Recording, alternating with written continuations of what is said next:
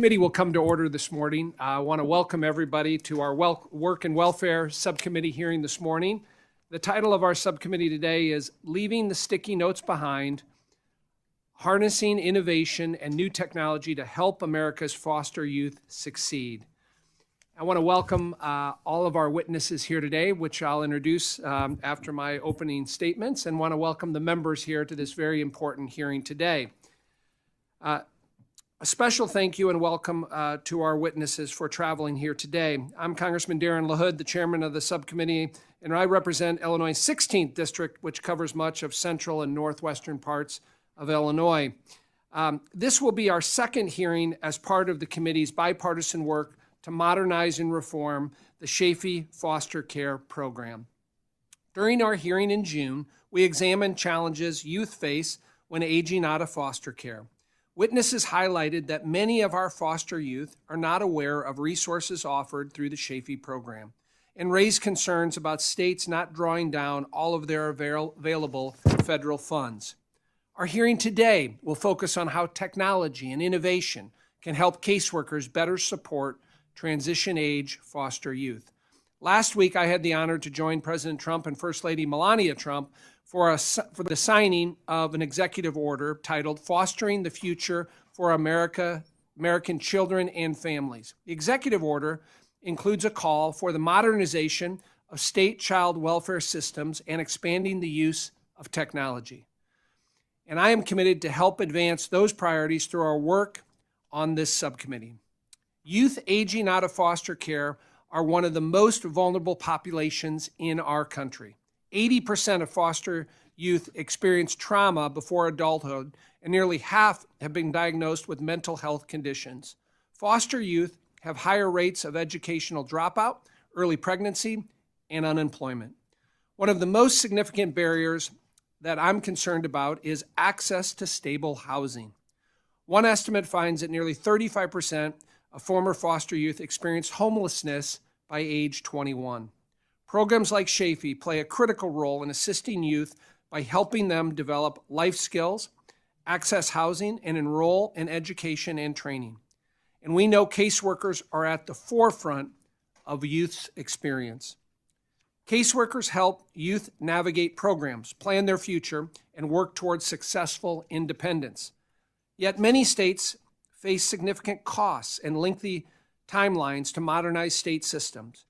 States are continuing to rely on decade-old technology, such as green screen mainframes and the equivalent of electronic, quote, sticky notes.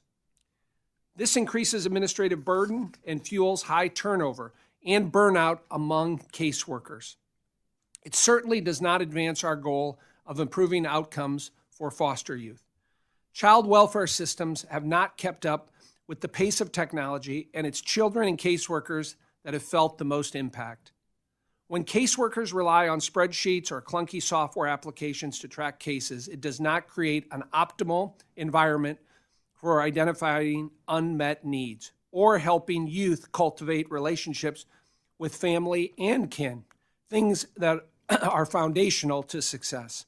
We will hear today from some remarkable individuals who took their experience in the private sector and developed new technology to provide better, more advanced tools for our caseworkers, with incredible results for our foster youth.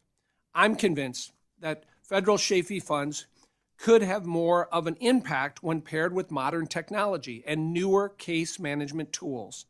We know some states are testing innovative models, and I'd like to explore ways to cultivate that across the country.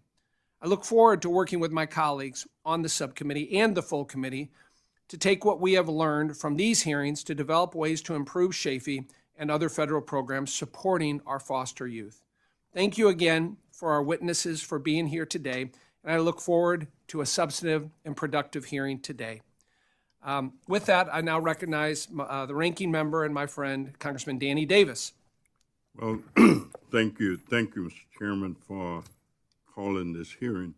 And I also want to appreciate your continued focus on children and families that experience foster care.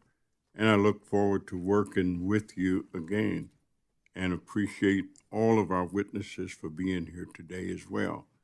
Especially do I want to welcome Ms. Carr, who not only lives in the greatest city in this country, but also lives in the community where I live, work, and have the honor of representing.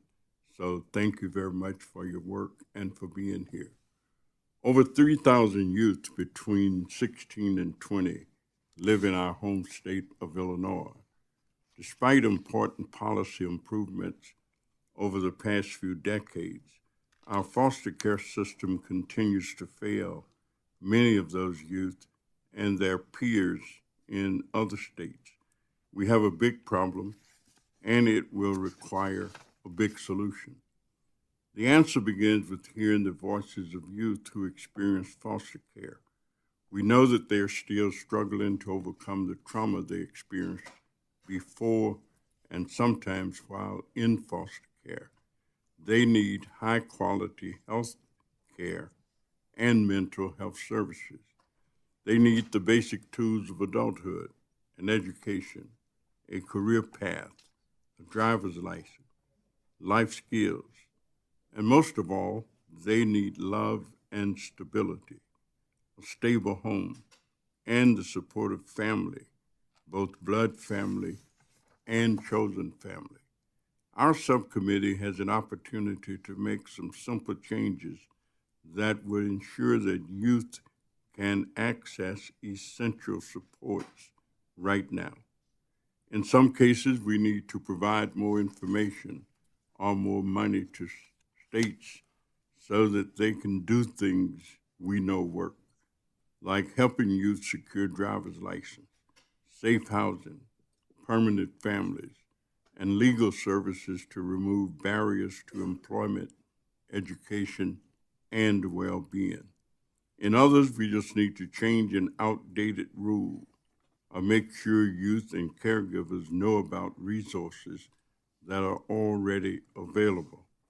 We also need to more intensively help expectant and parenting foster youth so that the entire family thrives. As we tackle the challenge of providing these youth with the kind of stability and opportunity we seek for our own children and grandchildren, we should ensure states and counties have access to key tools and can afford to use them when they fit local needs. The tools might be a specific approach to casework or service referral, free mental health services, or a piece of computer software. At the same time, we should not confuse tools with solutions. The solution is to make sure that current and former foster youth have trustworthy adults to guide them and help them learn to guide themselves. Achieving that will require significant investment. It will require reform to keep children connected to their families, even if those families are unable to care for them full time.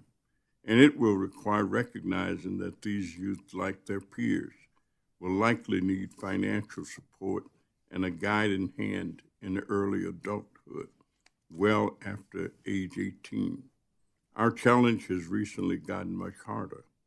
Young adult unemployment is now over 10%, and the majority must live with families just to make ends meet. Rising prices caused by the incoherent Trump tariff policy, Republican cuts to Medicaid, nutrition and housing benefits, and most recently the refusal of congressional Republicans to prevent health insurance premiums from rising by an average of 114%, are making things difficult for all young adults. Given their circumstances, these problems fall especially hard on older foster youth. I believe that we can and must meet this challenge. Our subcommittee has a long history of bipartisan action on both immediate common sense policy changes and on bold transformative policy improvements that open a better path in the future. Older foster youth have told us what they need. All that we have to do is listen and act. So again, Mr. Chairman, I thank you for your focus and for this hearing, and yield back the balance of my time. Thank you, Mr. Davis, for those opening remarks. We will now introduce our witnesses before us here today. Our first witness is Marty Elisco, and he is the CEO and chairman of the board of Augintel, which is based in Chicago, Illinois. Next, we have Dr. Jennifer Jacobs, and she is the CEO and co-founder of Connect Our Kids, based in Falls Church, Virginia. Our next witness is Lasheunda Carr, and she's a case specialist at Lawrence Hall, based in Chicago, Illinois. Adrien Lewis joins us, and he is the founder and president of CarePortal, based in Stillwell, Kansas. And lastly, we have Mr. Michael Leach, and he is the Chief External Engagement Officer of Think of Us, based in Washington, D.C. Welcome to all of you for being here today. Mr. Elisco, we'll start with you, and you're recognized for 5 minutes to deliver your opening statement. Thank you. Good morning, Chairman LaHood, Ranking Member Davis, and members of the subcommittee. My name is Marty Elisco, and I'm the CEO of Augintel, a Chicago-based AI company dedicated to child welfare. Before Augintel, I spent 15 years at Motorola, designing public safety radio systems and helping the VA adopt patient safety technology. And from this, learned how to bring cutting-edge technology to government. Also, social services, entrepreneurship, and job creation runs in my family. In fact, Representative Davis, over 100 years ago, my great-grandfather started a candy distribution business, the Maywood Candy Company, right in your district. We hear a lot about the future of AI, but I'm going to share how AI is improving safety, permanency, and well-being, the core goals of child welfare today, and how it will help take child welfare where it needs to be. Our AI is strengthening organizations such as the Illinois Department of Children and Family Services, the Allegheny Department of Human Services, and nonprofits such as the California-based AspiraNet that focuses on youth transitioning out of foster care. Directly, we equip caseworkers with the ability to detect early signs of harm. Directly related to President Trump's executive order mentioned earlier, directing the use of AI to modernize child welfare systems, there is much that government can learn from us and states and counties that are already doing it well.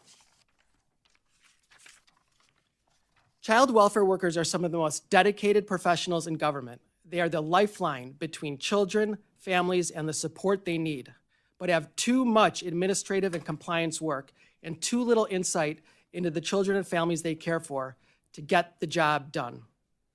If you visit a child welfare office, you will undoubtedly see caseworkers working with outdated technology, clicking through case notes one by one. They are forced to spend about half their day on administrative work rather than engaging with families. My Augintel co-founders and I knew AI could solve these various serious problems. We wanted to do it right. Build AI that would be trusted by social workers and fit to their stressful, oftentimes traumatic work. We interviewed hundreds of social workers. We hired former social workers. And today, Augintel is used across the US. Imagine if you were a social worker trying to understand an older youth's housing history to help them gain housing support. You would have to read through hundreds of notes. In fact, 80% of all child welfare data is in the notes, or what we call unstructured data, and it's nearly impossible to find. It's been this way for decades. It is here where caseworkers and leaders are most fearful that early signs of harm may fall through the cracks, and why you read about tragedies in the newspaper. Augintel uniquely solves this by unearthing critical information buried in the notes in these outdated systems, all while making it super easy for social workers to use. We call this content intelligence, and you can think of it as an internet search engine or even Gen AI, but built for child welfare. It's already saving each social worker up to 5 hours per week, giving them the time they need to be more effective, and we're just getting started. Illinois DCFS Director Heidi Miller, author of the policy and practice article, Artificial Intelligence in Child Welfare, stated, quote, We use AI from Augintel to access narrative data to deliver insights that leadership can count on, better identify the needs of families we serve, and empower staff, end quote. Back to the core goals of child welfare. We're making it possible to improve safety by identifying early warning signs of harm that social workers then can proactively act upon. We accelerate finding permanent living situations by tripling the size of the child's network of family and kinship supports. And we improve well-being by surfacing unmet needs so families can be provided with the services to address those needs. It's here where the rubber meets the road, and it's here where lives are improved. For example, teenage pregnancy in foster care can be a significant risk. In Illinois, DCFS offers fantastic programs to support expectant mothers. However, these programs go underutilized because outdated systems cannot identify if a young woman is pregnant. Augintel surfaces this, notifies staff, and outreach occurs. Before Augintel, DCFS knew of less than 100 expectant mothers in their care. Then with AI, they became aware of 621 more who can now make use of this program. Similarly, AI extends across all types of unmet needs, such as with youth transitioning out of foster care. We make it possible for teens who want a college education to be connected to the Chafee program to fund their education and maximize the use of federal resources available to them. Simply put, AI provides the fix to fix the day-to-day work of child welfare at scale and put children and families on the right path. I'll also note that we don't need to replace outdated systems or wait to replace outdated systems. We overlaid them and were implemented in months, not years. I've just scratched the surface. We have so many more examples of success that should be scaled across the US and can be done now. Driven by the executive order, states need encouragement, funding, and the elimination of red tape. And thanks to the work already being done, they don't need to start at square one. Thank you. Thank you, Mr. Elisco. We'll now recognize Dr. Jacobs for your 5 minutes.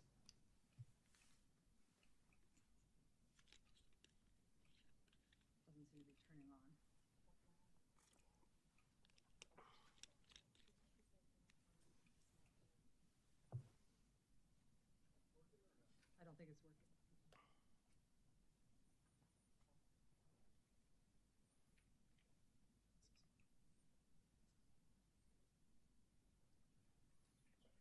We're already disrupting systems.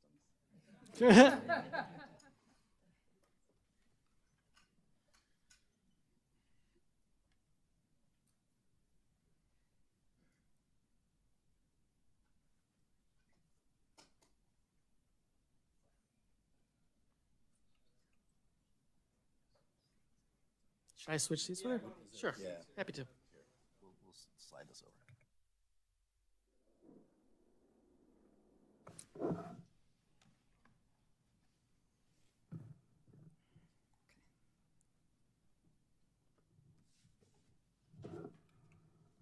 Thank you.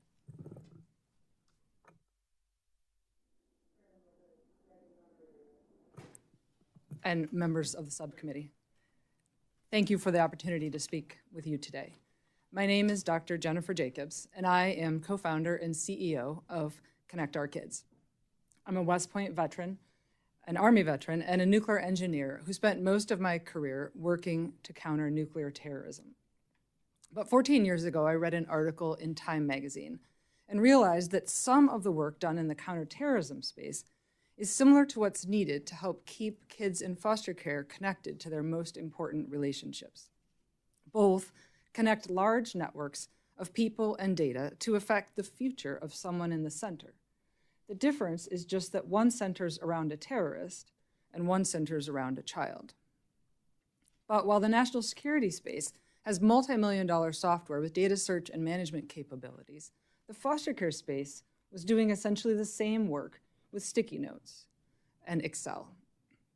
That led to my co-founding Connect Our Kids as a nonprofit to recreate those national security tools to help keep kids in care connected to their people. We piloted our tools in 2020 and since then have served over 30,000 children. I'd like to tell you about one of them. Maddie was introduced to our software on her second day at her new job as a social worker in Ohio. Maddie's Gen Z, so it took her about 30 seconds to learn how to use the software, which was good because she'd just been handed her first case, 14-year-old Leon. It had been 2 years since Leon's adoptive mother had left him at a behavioral facility and moved out of state. Maddie understood from her training that she needed to find Leon's people, something no one had done in his entire 2 years in foster care.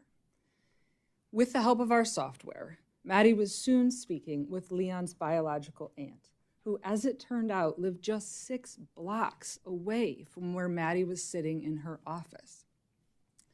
The aunt said, "Bring him to me right away. I had no idea he wasn't okay."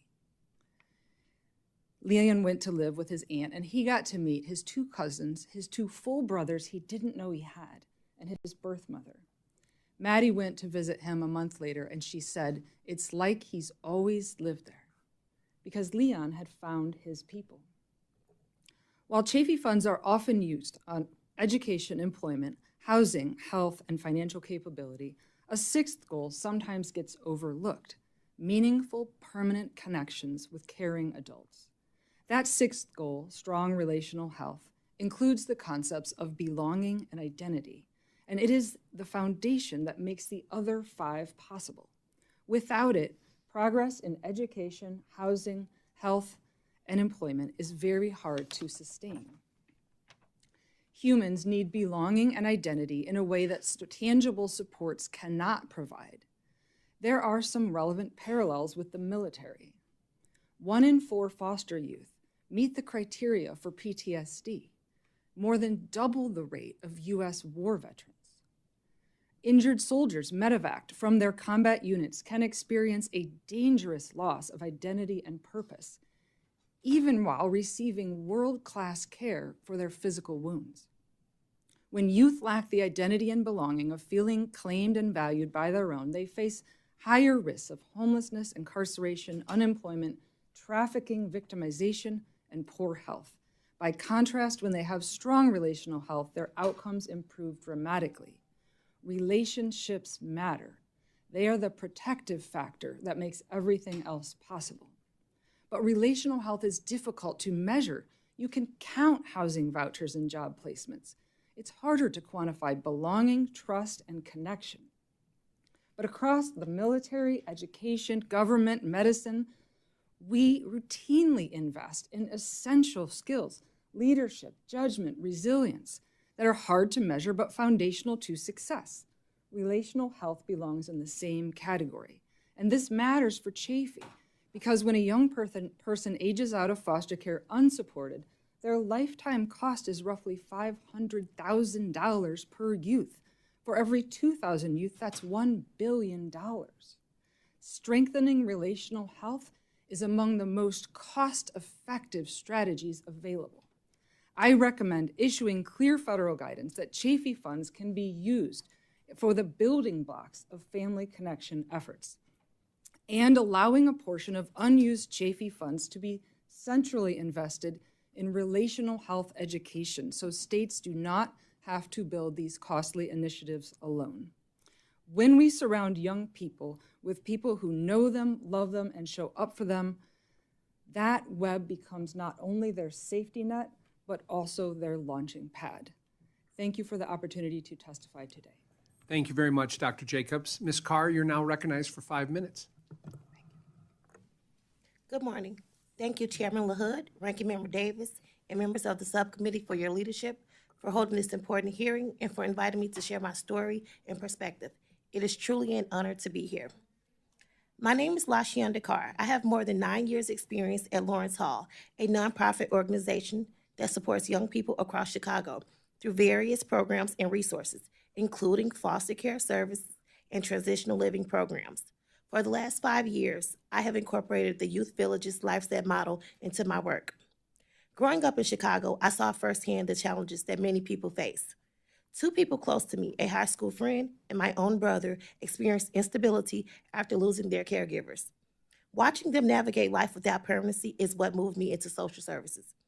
Their experiences are the reason I'm committed to making sure no young person has to go through that alone. And partners like Youth Villages have allowed me to live out that commitment. Youth Villages developed LifeSet in 1999 in Memphis, and today is one of the nation's largest evidence-based models, providing comprehensive support to more than 8,000 young adults last year as they leave state custody. Multiple leading researchers have evaluated LifeSet, making it one of the most studied models in the country for young people leaving foster care. I often describe LifeSet as a bridge from foster care to successful adulthood. Its covers all areas that specialists work on with young people: relationships, housing, mental health, physical health, career and employment, education, and life skills. These are things that all of our young people need help with. A challenge we consistently see in Chicago is hesitancy from foster youth to engage with services. Instability from the revolving doors of professionals often pushes them towards peer groups that feel more consistent but lead to negative outcomes. Because of that, I emphasize one thing above all: consistency. Showing up every week, every time. A key component of LifeSet model is an innovative piece of technology and support that allows us to serve young people more effectively. GuideTree. It is a workforce training and development tool that combines effective conceptualization methods and structured guidance with a curated evidence-based resources. Simply stated, GuideTree offers staff a roadmap, a GPS to analyze cases, choose interventions, and provide more consistent, high-quality care to young people and their families. Its newest feature, Find Help, let us instantly locate local resources for housing, employment, mental health, and more just by entering a zip code. One young man I worked with, Dion, illustrates the complex problems facing many of the young people we help. When he was assigned to me, Dion had just been discharged from a high-intensity residential placement and was still in high school. He had unmanaged diabetes, mental health concerns, and no family involvement, making him vulnerable to high-risk behaviors that brought him before the justice system. I used many of GuideTree interventions as I step-by-step helped Dion identify his goals and achieve them. Over more than a year of his participation in LifeSet, we were able to stabilize his living situation, rebuild his relationship with his father, help him graduate from high school, and get his diabetes under control. He's still doing very well. Dion's story reflects the need we see every day: mental health support, stable housing, navigating education and work, and most importantly, finding consistent adults who don't give up on them. Youth Villages provides LifeSet through direct services and licenses, trains, and supports 26 other agencies to implement the model. Lawrence Hall is one of the 5 providers in Illinois who use LifeSet to support older youth in TLP and ILO for extended foster care. Several things distinguish LifeSet from other models: serving young adults aging out of child welfare systems, most notably the continuous specialized professional development for specialists through weekly supervision and consultation. This allows a specialist to constantly upgrade their skills for working with this population. This engagement and specialization means specialists can address each young adult's needs and goals in both an individualized and holistic way. One of the biggest differences LifeSet made for me as a specialist was reducing my caseload from 12 to 14 youth down to just 6 or 8. This shift allows for more intentional, individualized support for young people. I meet with each person face-to-face every week, and we communicate by phone and text between meetings. LifeSet also provides 24/7 on-call support, so young people are never alone in a crisis. As we think about modernizing the Chafee program to better serve young people, it is essential to fund innovation, grow promising practices, and create a robust evidence base of what works. States and counties should incorporate proven programs that effectively meet real-life needs, including housing, transportation, and mental health support. Thank you again for the opportunity to be here. I look forward to your questions. Excellent. Thank you, Ms. Carr. Mr. Lewis, you're recognized for 5 minutes. Good morning, Chairman LaHood, Ranking Member Davis, members of the Ways and Means Subcommittee. I am so grateful to be here, and I am thrilled that you are having this conversation. Innovative technology can open the door to networks of caring adults and vital support for youth in foster care. And it can reduce isolation and build enduring partnerships between faith communities and businesses and government. And it already is. My name is Adrien Lewis. I'm the founder of CarePortal, a national technology platform that connects caseworkers who identify needs with faith communities and businesses and individuals ready to help them in real time. Through deep local partnerships, we have built a care-sharing network with 6,000 faith communities and 1,500 agencies. The Wall Street Journal called CarePortal the Uber of child welfare. Before we ever built this technology, though, my wife and I adopted 3 of our 6 children through foster care. And what we have seen firsthand has taught us what truly matters to help families heal: connection.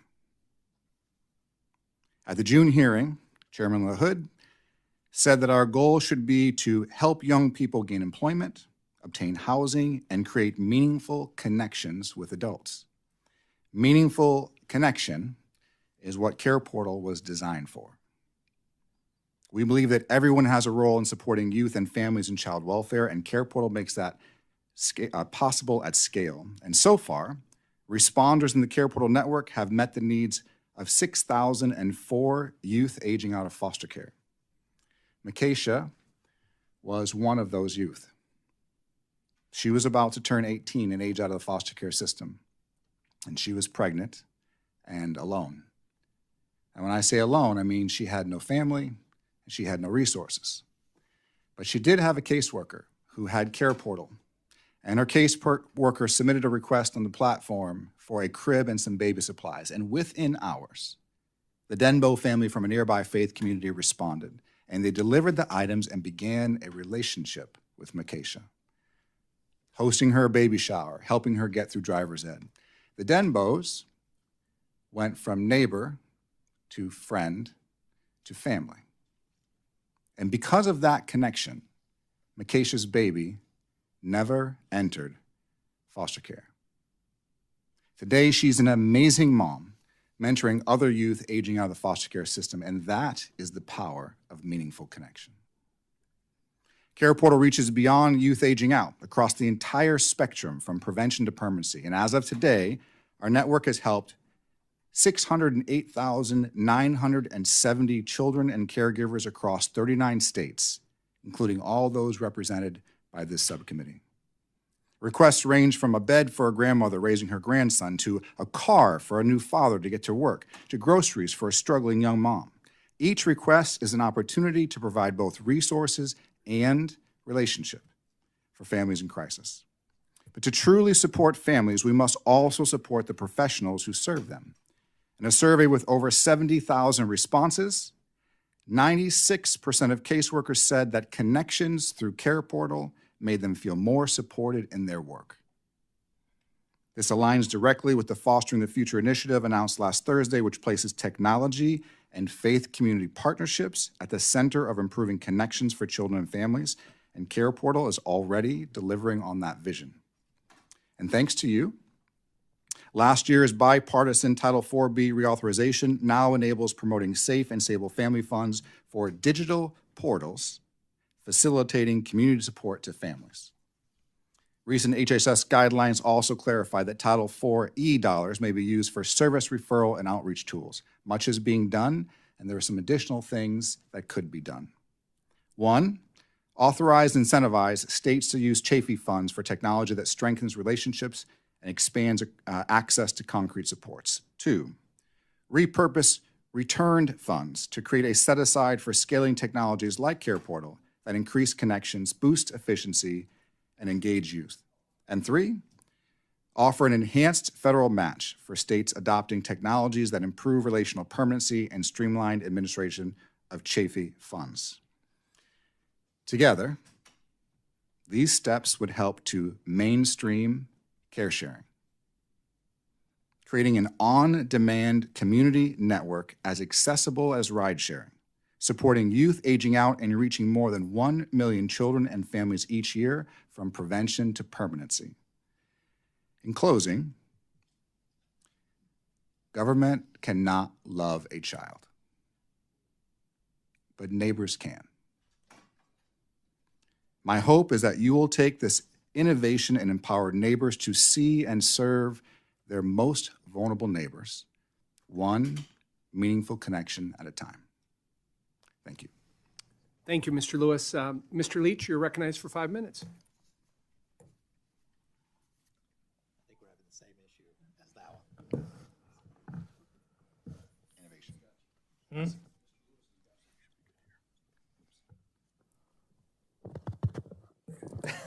All right.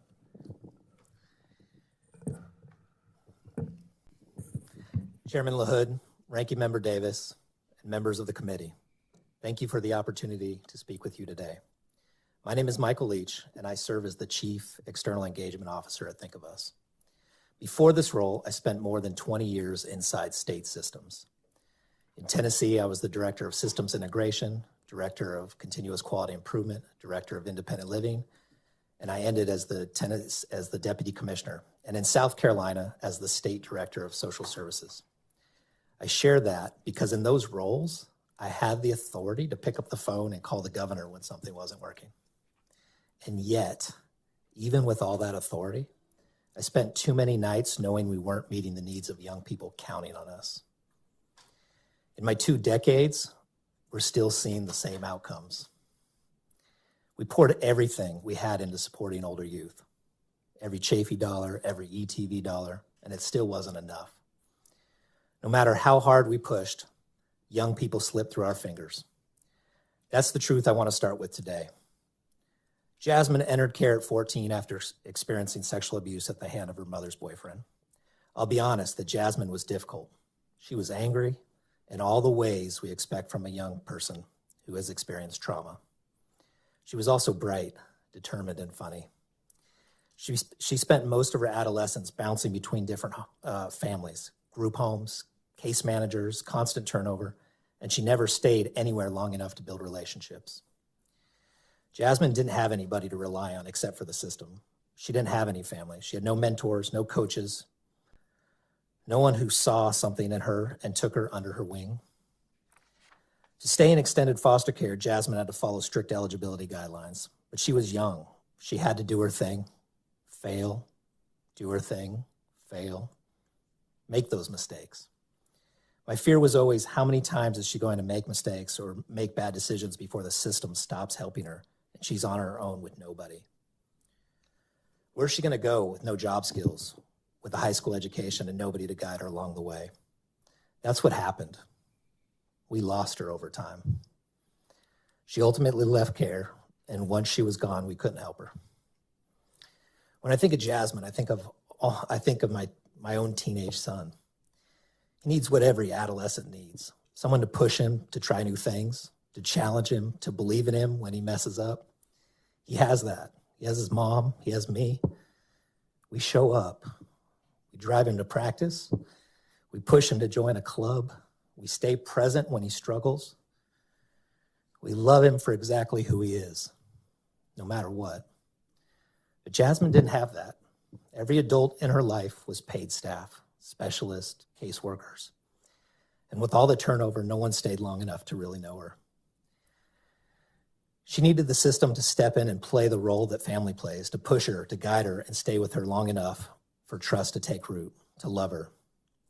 A system cannot love a child, but a system can make sure a young person finds the people who can. A system can help build the opportunities, the developmental programs, the healing supports, the steady adults that let a young person recover from wounds that no child should ever carry. That's what Jasmine needed, and that's what an older youth system has to deliver. And as we think about a new system, technology will be essential. Technology helps us scale what works. It accelerates good practice, but none of it will work unless it is in service to a fundamentally redesigned system, one built around family, healing, stability, and real developmental opportunities. If we build that foundation, technology will help us scale it. But without a stronger system beneath it, technology will only accelerate our failures. Our young people deserve better than a faster path back to the same broken place. Members of the subcommittee, thank you for the recent laws you've passed, for the more frequent hearings, and for keeping older youth at the forefront. For years, the stories in these hearings have echoed the same painful patterns. What can make today different is what you choose to do next. I end with Jasmine and the hope that somewhere out there she found what every young person deserves: healing, stability, and family. Thank you. Thank you, Mr. Leach. And let me just acknowledge all of our witnesses today for your passion on this particular subject and your commitment and dedication to looking for more innovative ways and to use new technology to help improve our foster care system. That has definitely come across in your opening statements here today, and we are grateful for that. We are now going to move to questions from the subcommittee members. And I'm going to start off with my questions. My first question will go to you, Mr. Elisco. In your testimony, you highlighted how Illinois and the company that you worked for, Augintel's technology, has helped caseworkers search for information for their case notes. A study conducted by HHS in June found that caseworkers spend an average of 4 out of 8 hours per day on administrative tasks. My question for you is, how does Augintel's technology empower caseworkers to shift from a culture of compliance and administrative tasks to one that allows them to spend more time serving and focusing on foster youth? Thank you for the question. Funding streams are the reason that caseworkers are required to spend so much time on administrative and compliance work. They need to document the work that's being done so that they remain in compliance with the regulations tied to those funding streams. So agencies worried about losing their funding overburden caseworkers with tasks, making them responsible for doing the work in alignment with this compliance. What our AI does is this compliance work in the background. I'll give a specific example. In Illinois, there are requirements around visiting children in a specific amount of time. The data that was in their outdated system could not show the entire scope of this work. There are what are called good faith efforts that are made that are considered visits. So what the AI did was look in the background for all of the examples of visits and good faith efforts, and Illinois went from not exceeding the requirements in an audit to far exceeding the requirements in an audit without requiring caseworkers to do any more compliance work.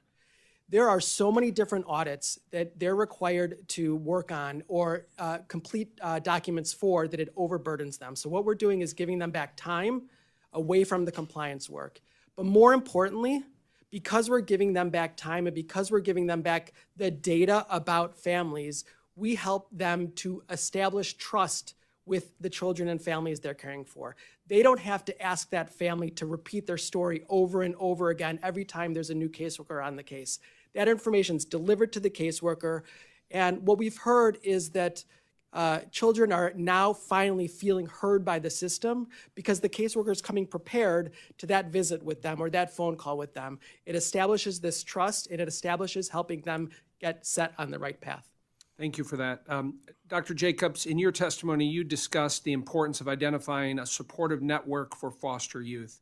The use of your technology has helped find a remarkable average of 30 connections per youth. How do you believe the Shafee program can be improved to help youth make permanent connections with family or other stable adults?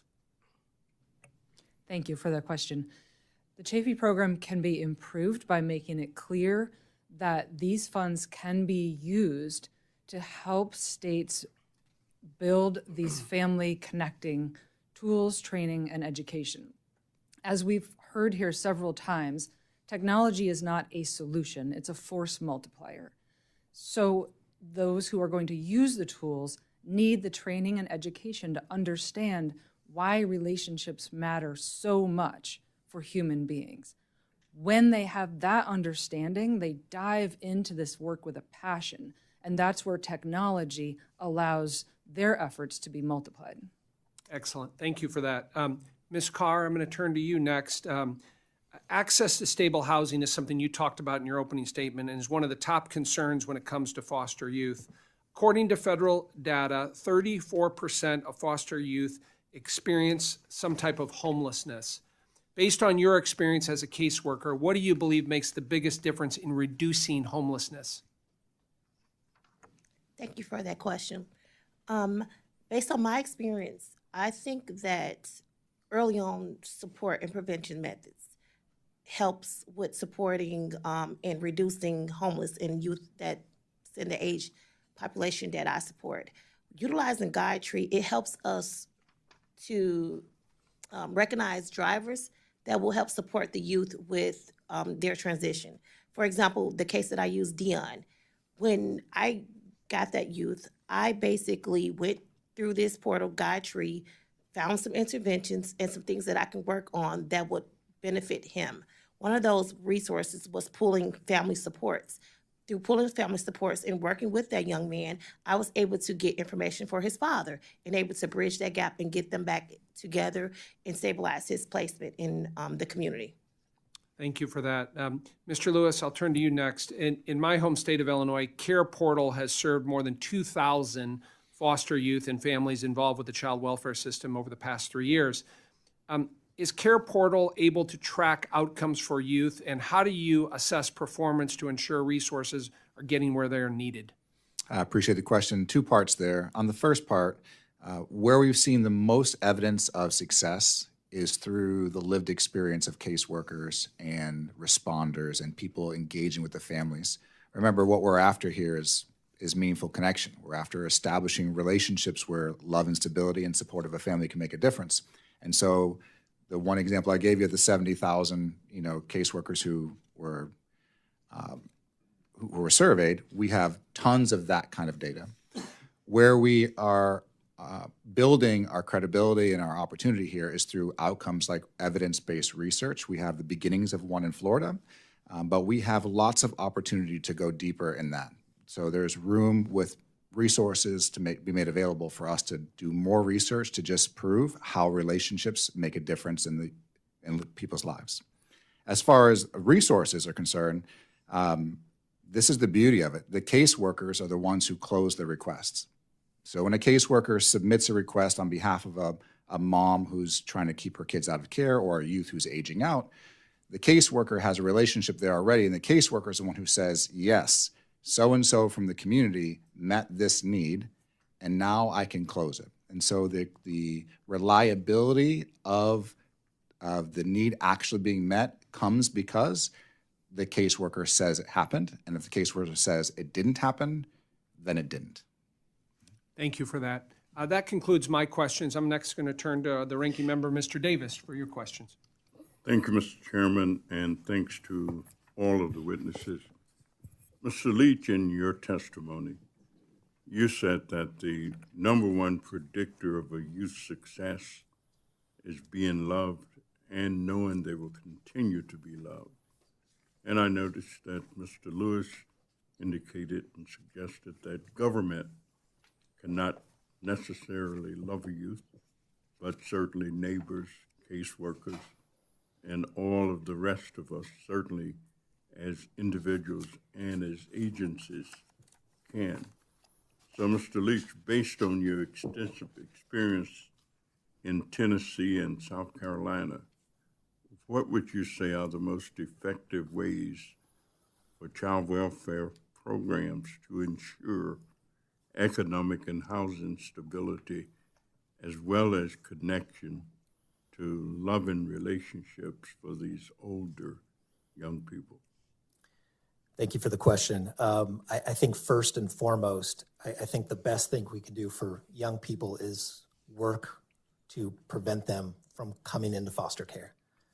How do we strengthen that family unit before it gets all the way down the line to where there is a referral or a need for child welfare? What can we provide that family? In-home services, concrete supports, things that address the poverty or the neglect or whatever it may be. That should be and is our focus. But when a young person does come into care, we have to really wrap around them. And first and foremost is trying to build that connection. Is that with the foster family? Is that with a coach, mentor? Every young person needs at least one caring adult they can rely on. They also do need effective supports. They need that are concrete. We need stable housing options, help with employment and education, and keeping health care food supports. All of those things are necessary for a young person to survive and thrive. But again, we have to, one, first focus on that connection and then wrap around all those other supports and services. You also indicated that youth need answers for legal questions. What kind of legal questions do they ask? Youth do face time-sensitive legal challenges that hit during transition periods when youth have the least support, and that can escalate quickly. So things that are threatening young people's housing, educational goals, income, family stability. Some of the legal supports that we see needed are eviction defense, right? Being kicked out of their homes. Guardianship and custody support, access to vital records, navigation of public benefits. At Think of Us, we have community responders that every day meet with youth and families who are reaching out for support on those things. Through our navigation, our VSS, or our Virtual Support Services Navigator Technology Program. And it's a wraparound model that gives young people and families direct access to resources. And to go to your question, 18% of those requests from transition age youth have been related to legal representation. Thank you. But one more thing, sorry. The other main things above that, financial, food, housing, clothing, all of those concrete support things. Ms. Carr, if I might ask you, and again, thank you for your work. Illinois has opted to provide extended foster care through age 21, which means that youth in our LifeSet program are provided with supervised or community-based housing. LifeSet, however, allows for exceptions to the requirement that older youth in foster care be employed or enrolled in school. If a youth fails or if have a problem, does that affect their housing? And does it prepare you to help them feel comfortable and know that they're probably not going to lose it? Thank you for that question. No, if a youth fails or they're not consistent with employment, that does not affect their housing. What we do is we go back to that innovation, God tree. We look up those housing. We look up that referral issue. Why is your education not stable? Why is your employment not stable? We are allowed to work on those things. We get interventions, we goal set, and we bring it back to ensure, like, hey, if you have consistent employment, you do well with education, whether it's a training program, whether it's you're going to school, you're trying to obtain your high school diploma or GED. This, in the long run, once your support is no longer with us, this will help you stabilize your placement and your housing in the future. Thank you very much, and thank you, Mr. Chairman, for your indulgence. Thank you, Mr. Davis. Pursuant to committee practice, we'll now move to 2-to-1 questioning. I recognize Mr. Carey of Ohio. I want to thank the chairman. I want to thank all the witnesses here today. As with any young person, foster youth aging out of the child welfare system need supportive networks that they can rely on as they turn and they navigate into adulthood. We've seen a lot of these outdated technologies, many of them going back to the 1970s, 1980s, 1990s. Connect Our Kids' efforts as a modern, innovative approach to finding families has helped find more than 8,400 connections for foster youth just in my home state of Ohio. And I'm, Dr. Jacobs, I'm going to ask you a question. Ms. Carr, I'm going to ask you a question if my time permits. I'm just putting you on the lineup. But Mr. Lewis, I want to talk to you just briefly. Sunday morning, I have a 6-year-old and a 4-year-old at the home. When my wife is able to allow me, I'm able to watch CBS Sunday Morning. And this Sunday, they had a wonderful episode discussing people that are in the workplace but they're living in temporary housing. Many have credit issues because, and they're working full-time. Spaces that not much bigger than where I just went and got coffee for three of us up here. As you are navigating and all the things that you're doing in this space, and reaching out into the network that you have, is housing something that people can log on? And because I think these temporary places, they have to go online. It's $75 a night, but if they can't do it online because they don't have access to that, then it's $85. I mean, it's ridiculous. So I just didn't know whether that was a service, and I know it's not part of the line of questioning, but while I had you here, it was fresh on my mind. I appreciate it. There's a really important detail here in how care sharing works. The first is that the requests don't come from individuals on their own behalf. They always come from a professional.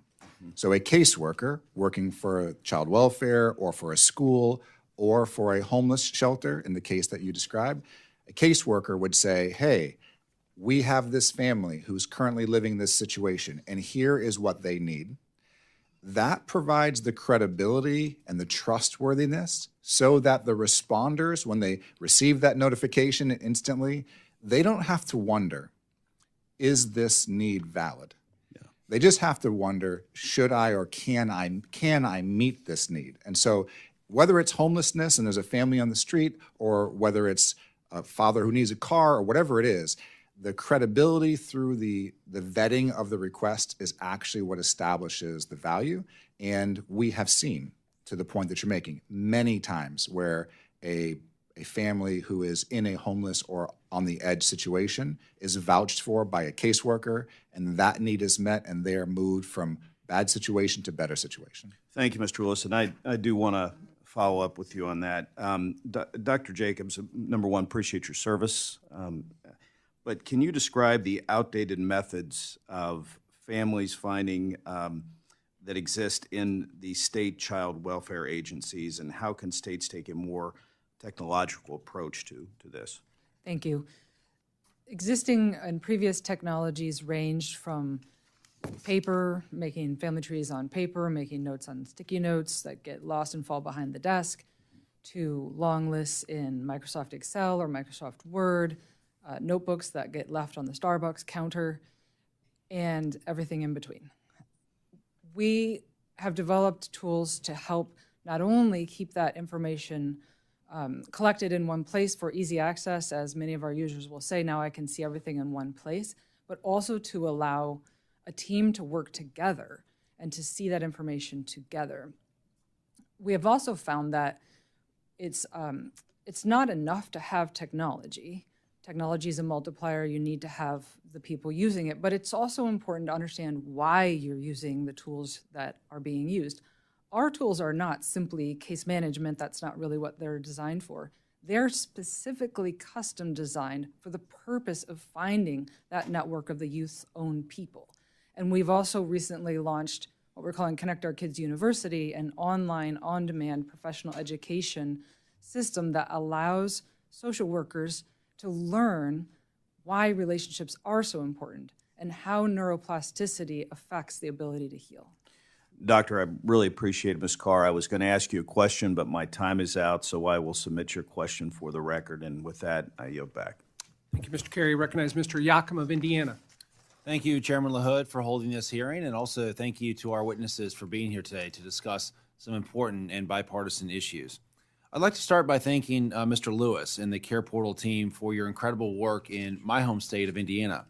The CarePortal connects families to physical resources they need through local partners, from car seats to cribs to clothing, all at no cost. As of September of this year, over 10,000 Hoosier children have been served through this important service. Being able to help a family meet their tangible needs quickly can be the difference between family preservation and children entering foster care. CarePortal's services are also essential to youth who are aging out of the system. Mr. Lewis, in your testimony, you shared the story of how CarePortal helped a young woman, Makesha, an 18-year-old who was pregnant and transitioning out of foster care. Through CarePortal, she was connected with the Denbo family, who gave her a crib and baby supplies. Eventually, Makesha and the Denbos built a trusting relationship, and they became close friends. Today, Makesha is a successful mother who mentors young moms who are aging out of care. Can you share how CarePortal helps prevent young kids from entering foster care? Thank you, sir. So prevention is a complicated thing. There are no single silver bullets. I wouldn't say that CarePortal by itself can do all that needs to be done to help a child or not go into the system in the first place. But I can say that when you have the opportunity to meet a need in a crisis moment, in a moment where this family not only is lacking hope, but they're lacking access to what they need in that moment, the difference that can be made with those resources that are relevant to the moment they're in, and the connection to somebody in the community who, by the way, is motivated by love. When somebody shows up at your house and they are a professional, they have a job to do. When someone shows up at your house and they are a neighbor, they are there for you. And that makes all the difference when we are trying to help a family feel like you can do this and we are here for you. Thank you, Mr. Lewis. You said something in your opening testimony that really struck me, and that is, quote, government cannot love a child, but neighbors can. And what your portal provides is not a big government solution, but neighbors helping neighbors. And I want to thank you for that incredible service. Thank you, sir. The comment there is, there's not a lack of resources or people who care in our country for their neighbors. There is a lack of connection. And all CarePortal does is facilitate those connections at scale so that the resources and relationships can get to where they need to go when they need to be there. Thank you. Mr. Elisco, teenagers in foster care are more likely to become young parents when compared to their peers, and many youth have limited knowledge of parenting skills. One study conducted in 2019 found that 49% of women in foster care were pregnant by the age of 21, and 33% of young men reported getting someone pregnant. Dense case notes and caseworker turnover can lead to gaps in knowledge about a youth's needs. How can Augintel's technology help caseworkers identify the unmet needs of foster youth so they can intervene and connect them with necessary services? Thank you. Thank you for the question. Connecting children to resources to address unmet needs is, like I said earlier, where the rubber meets the road. This is how the support they need arrives to them so that they can interact with the services that are provided by government. To get a little technical, our AI uses a technology called natural language processing that looks in text for data. What we've done is tailor that technology to the language of child welfare to look for all sorts of different topics: risks, strengths, social determinants, unmet needs, early warning signs. It reads through every single note in a child welfare SACWA system, that's the name of one of these systems, in real time on a daily basis, looking for language that communicates an unmet need. Then, once it identifies that, it notifies the caseworker that there is an unmet need so that they can go proactively reach out to the child or the young adult and refer them to that program, help them get into that program. All of this data exists in these legacy systems, but these legacy systems cannot surface the data for caseworkers to make use of it. What AI does is essentially sit on top of these systems, add this capability to notify these caseworkers. The data's there. They just can't find it. So acquiring a tool that helps them find it is the way to foster these connections and resources between children and what they need. Thank you. And Mr. Chairman, I ask that this article on the impact of Augintel's technology on child welfare be entered into the record. Without objection. Thank you, and Mr. Chairman, I yield back. Thank you, Mr. Yakum. Now recognize Ms. Chu of California. Well, I want to thank all the witnesses for all the work that you're doing for our foster youth, and thank you for testifying today. And Mr. Leach, I wanted to ask about the funding for the Chafee program.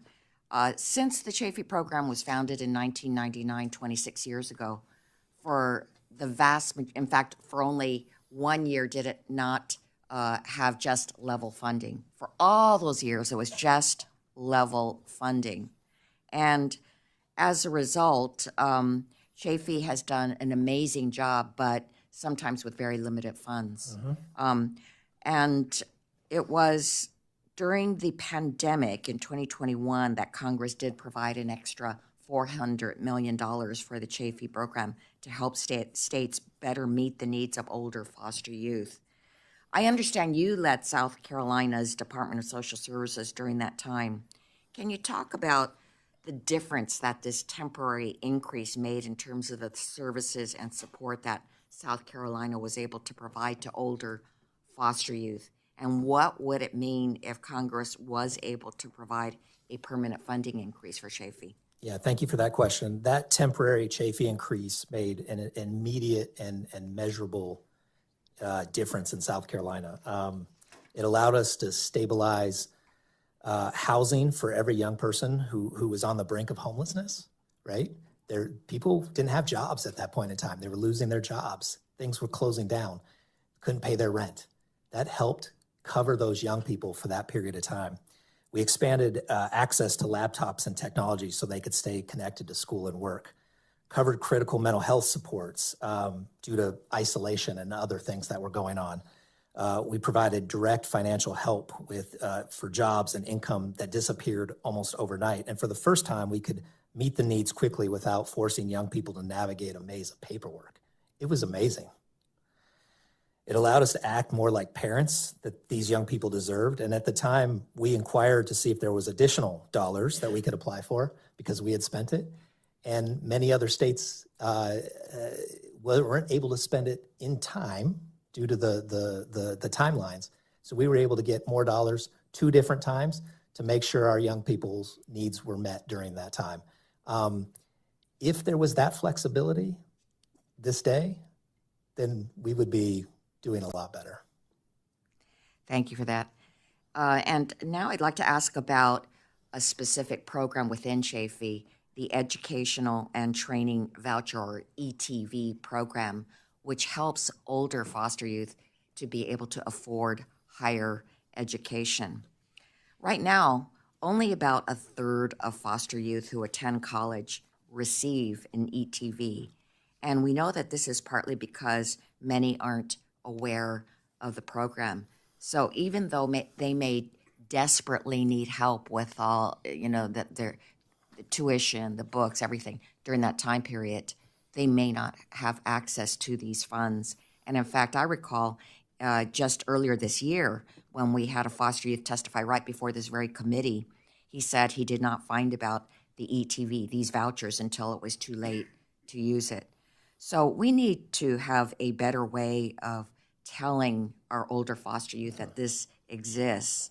And so to address this, those with lived experiences have recommended new policies like requiring states to conduct peer-to-peer outreach to older youth and to inform all foster youth about ETV at every caseworker meeting and every court or administrative hearing or some such meetings starting at age 14. So do you think these policies would be helpful to improving youth awareness and their ability to access these vouchers? Are there any other outreach strategies that would be helpful based on your experiences? Yeah, I do think that the more we talk about it and the more we are proactive in not waiting for young people to come to us, but we have to go to them. And we have to make sure these technologies also that are out there can also help with that disconnection.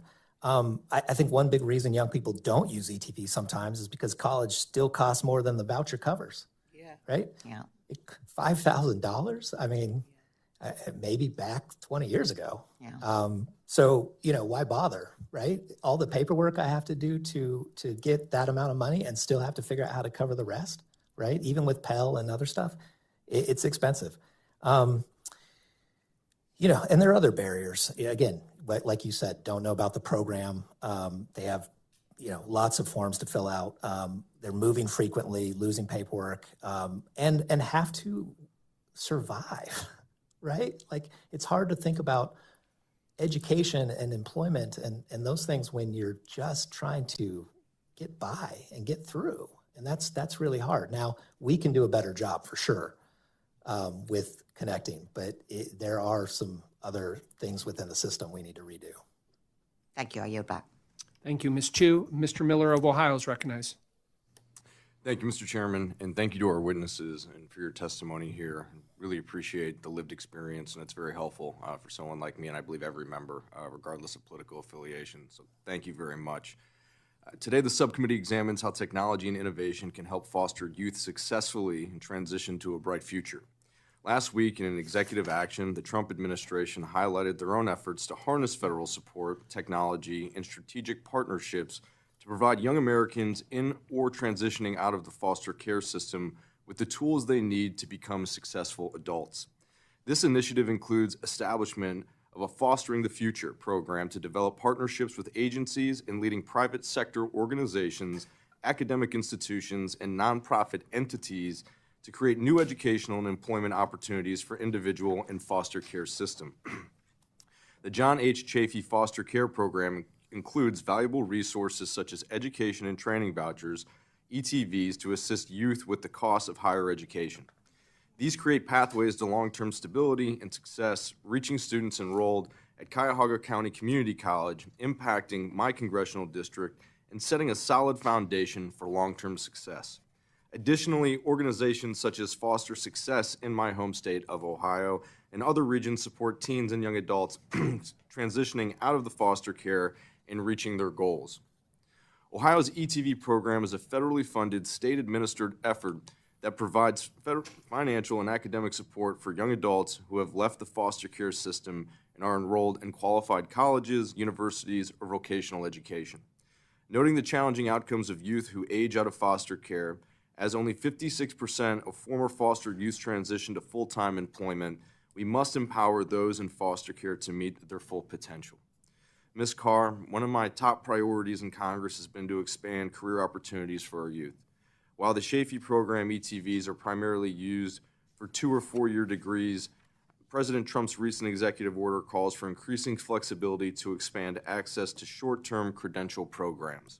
How does this model support youth in accessing workforce opportunities that federal programs like Chafee are intended to provide and empower youth such as those in my district who have expressed interest in trade schools, career or technical education?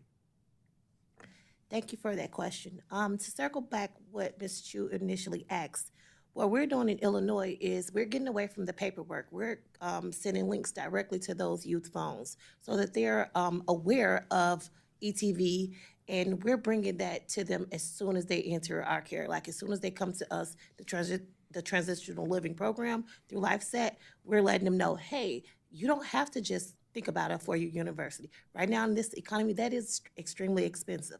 However, if you're into welding, if you're into cosmetology, barber, construction, we're here to help you.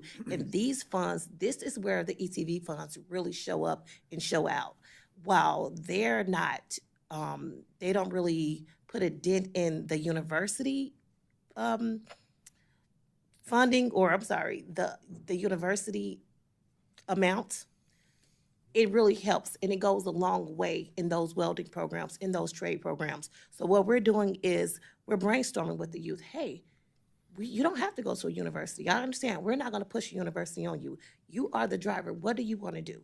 Okay, you would like to see some results soon? Let's get you enrolled in a trade program. Let's utilize, again, back to Guytree. Let's utilize this. Let's break it down. Let's look at the pros and the cons. This is what you can achieve right now. This is what you can achieve within 6 months, 9 months. I just recently had a youth that graduated this summer from a welding program, and she is a young lady. She's excited, and this is a young lady that had 1 year she had 1 year of college under her belt. She decided to take that chance and change and go into a trade program, and she did utilize those ETV funds with her certificate, as well as with her trade program, as well as the university. And she did see that she was able to get all of her books, the equipment, because welding equipment is kind of expensive, but she was able to see those funds be beneficial to her.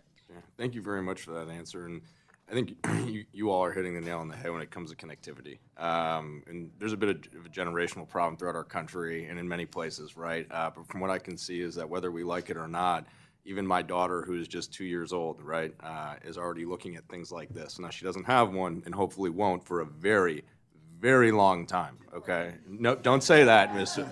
Don't you say that. I would like to go till 21. She signed a contract. She doesn't know about it. We'll get to that later. But you're absolutely right. Everything is connectivity. And even, I was in the military, and when you get out, there are so many opportunities. And I don't mean to go off, but to make an analogy off on a tangent, but when I got out, right, whether there are opportunities at the Veterans Affairs or if I needed to collect disability or I needed follow-on, whatever it may have been, if they would have sent it to my cell phone, okay, I guarantee you it would have been a lot easier for me to figure out because I'm more apt and I'm on it all the time. And look, this is the way our world works. So thank you very much for everything that you do. Mr. Chairman, I know I'm out of time, and I have questions that I'll put in for the record. Thank you. Sounds good. Thank you, Mr. Miller. Now recognize Mr. Bean of Florida. Very good morning, Mr. Chairman. Good morning to you, and good morning, Work and Welfare Committee, and to our all-star panel. Welcome to Congress. You'll always be able to say, that time I testified before Congress. I also want to acknowledge I watched the room as you testify, and you've got fans in the audience that are nodding when you gave your testimony. I also recognize that we're from all over the country, and I know we're from all over the political spectrum. If only the headlines would say tomorrow, Congress comes together to put kids first. Don't hold your breath on that one. People want permanency. Congress or kids want permanency, and I come from the Florida legislature, and I know the committee has heard this, but it still is ingrained in me. At a hearing in the Florida legislature, there was a kid just a few months away from turning 18, and he had talked about his adoption hearing, and somebody asked him, why are you so gung-ho? You're about to be an adult. Why does adoption matter? And he said, and he thought, and he said, I guess I'll always have a place to go home to Thanksgiving. And with Thanksgiving just 8 days away, we want more kids to have that place to go home to Thanksgiving. If they don't have a connection or a place to go, we know the numbers are against them. If you're at 18, if you age out at 18, at 21, 31% of foster youth experience some type of homelessness. 55% of foster youth don't obtain full-time employment or a place to go by 21, except for your welder mentee, who's going to be richer than all of us. Welding, that's exciting. Less than 25% of foster youth are enrolled in some type of graduate or undergraduate program or schooling or trade school. It's just the numbers are stacked against us. Now, listen, I've already taken notes. Technology is a must. We've got to embrace it. We don't. I know everybody knows what sticky notes are. In our briefing, many caseworkers are using sticky notes. Everybody knows what those are. They're using Yellow Pages and the phone book. Under 40, you don't know what that is, but it's a big book that was Google before there was Google. So we know technology. We want to embrace technology. We want to offer flexibility. Dr. Jacobs, you mentioned that. Let's get flexibility. But I'm going to go off script and ask you, is there, and you got to be brief because I'm already going to run out of time and Chairman LaHood's going to bang me out of order, but here's your chance. Everybody's going to get a chance. What one thing does Congress need to do to improve Chafee? We all agree. We're going to improve it and success, but does anybody want to jump in, have a thought? If there's one thing Congress was to do, what would we do? Dr. Jacobs, jump in. What say you? Emphasize the importance of relational health above all else in order that all the other goals can succeed. You're from Florida. You probably know better than the rest of us the folly of building on shifting sand. If you do these other tangible supports without first ensuring that relationships are strong and that the child is part of a network of connected adults that are with them for life and for free, you're building on shifting sand. Love it. No, I love that. They've got to know that somebody cares about them. Somebody will miss them. Mr. Lewis, you're a superstar dad because you adopted 3 and you put your money where your mouth is. What say you, my friend? You have to ask my kids if they think I'm a superstar dad. Yeah. However, I will say that a couple of days ago, my 18-year-old, the oldest of the 3 that we adopted, he came to me and he said, hey, so can I get like some free college He's a senior. Can I get some free college because I was adopted? I was like, well, no, because we adopted you when you were 10. He's like, well, you could have waited so I could get in there because I was 16. Yeah. So he was in a relationship with me. Yeah. And I was in position. I'm going to go back to what Dr. Japes said. I'm in position to help him navigate the difficult things that are going to be in his life. And if I could say one thing about all of this is if we don't figure out how to put these youth in position where people can help them navigate, my 18-year-old would fall off the back of the truck if he didn't have people in his life to love him and care for him and guide him along the way. I needed that. We should expect they will need that. And that has to transcend program. It has to get into relationship. Amen. Amen. I'm out of time. If you have a thought, let us know, and just appreciate you coming. Mr. Chairman, yield back. Thank you, Mr. Bean. Appreciate that. Now recognize Ms. Moore of Wisconsin. Thank you so much, Mr. Chairman and Mr. Ranking Member. It's so good to be back here in community with my colleagues for the first time since September, I think. And I agree, this is an all-star panel, and I just can't wait to consume my 5 minutes in engaging with you. I have listened very carefully to your testimony and read your testimonies here. And so if I don't get to you, it's not because I'm not interested, it's because I only have 5 minutes. But I want to start maybe with Mr. Lewis. You talked about, being able to stick your zip code in and coming up with all the resources in your community. I've sort of done that looking for contractors and so on and so forth.